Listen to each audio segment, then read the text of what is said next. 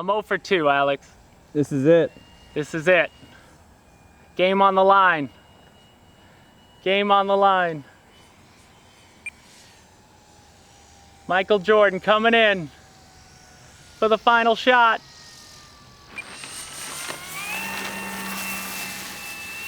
There it is. That's a touch and go.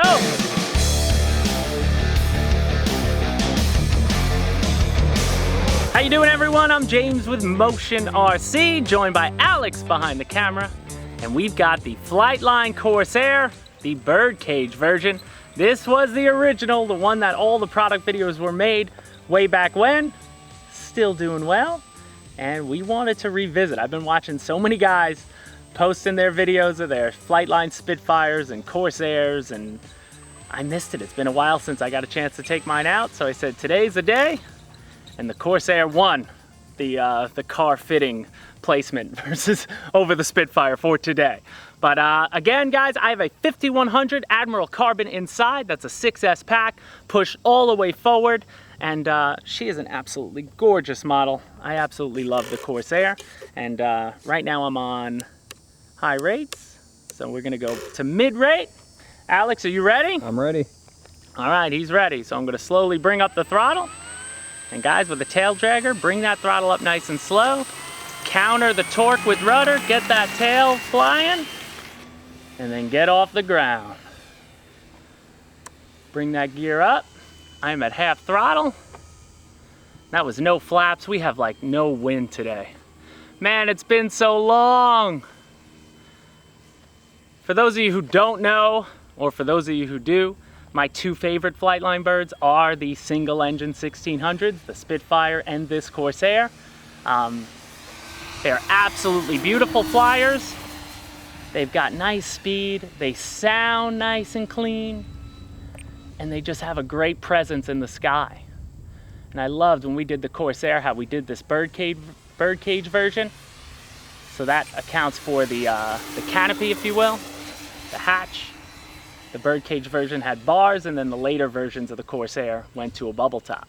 A lot of nice scale details in this Corsair too. A lot of plastic bits that just set it over the top when you look at it up close. We can show you that after we fly here. Now, as far as the flight times, like the Spitfire and this Corsair, you're easily pushing 8-minute flight times with anywhere from a 5,000 to a 6,000. With a 6,000, you're probably looking at 10 minutes of flight. Like right now, I have a 6-minute and 40-second useful throttle timer. And that's where I was at, you know, when I used to fly this a lot more than I do lately.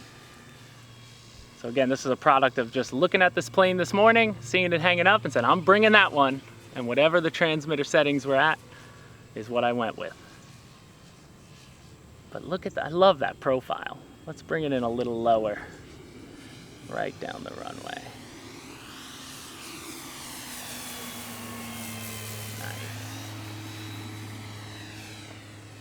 Absolutely gorgeous. Let's come around for a bow roll.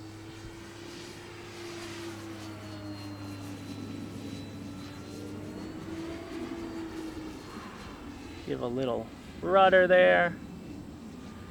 Nice. Coming in for a loop, Alex. 3, 2, 1, going up.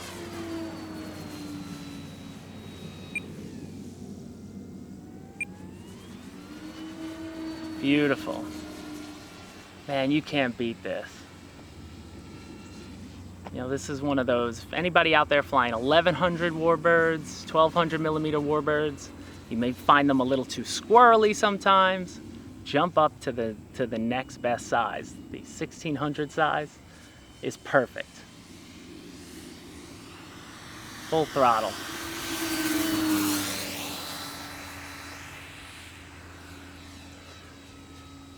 Nice vertical on her. Beautiful. I'm gonna get into some semblance of a pattern. All right, I'm dropping gear, and I'm gonna try a touch and go. Or a bounce and go. It's been a while. So I'm at 50% throttle, bringing it down to about, I wanna be about a quarter.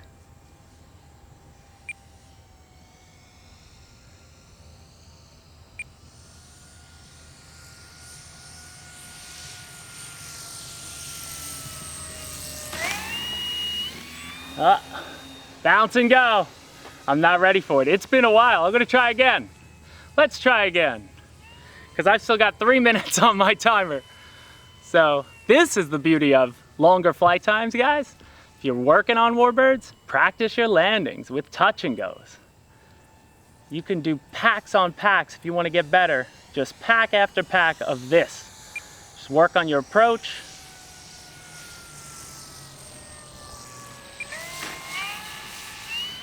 See, she'll touch down. She'll 3-point land if you get her slow enough. I'm not even using flaps right now.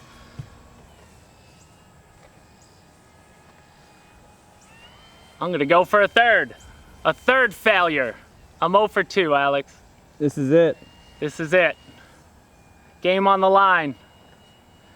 Game on the line. Michael Jordan coming in for the final shot.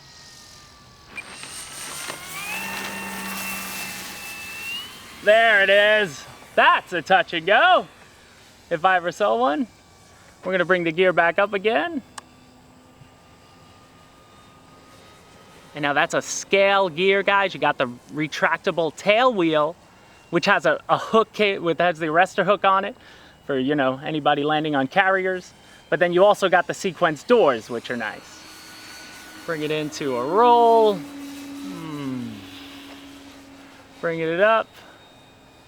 Stall turn. Let it just drop. No power, just glide. And what I love about this electric Corsair too is the prop they chose for this is a 17-inch prop.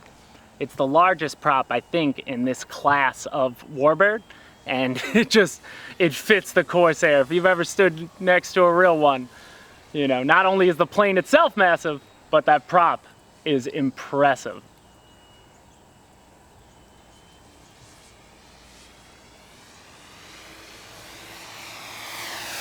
Look at the lights.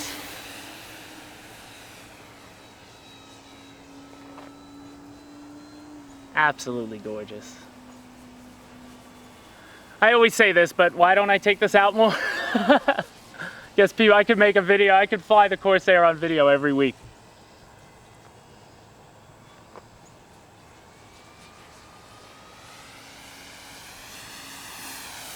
Coming over the trees. All right, so that's giving me a 1-minute timer. So I'm gonna extend the gear now. Maybe you could see that a little closer on the camera as I go by you. There they come.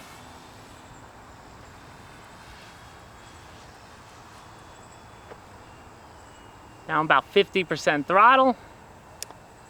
I'm going to half flap.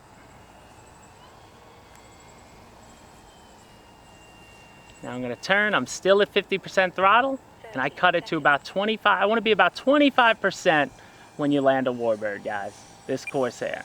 About 25% throttle gives you more than enough to just touch it down. Can't beat that. Keep the throttle in on landings, guys. Can't stress that enough.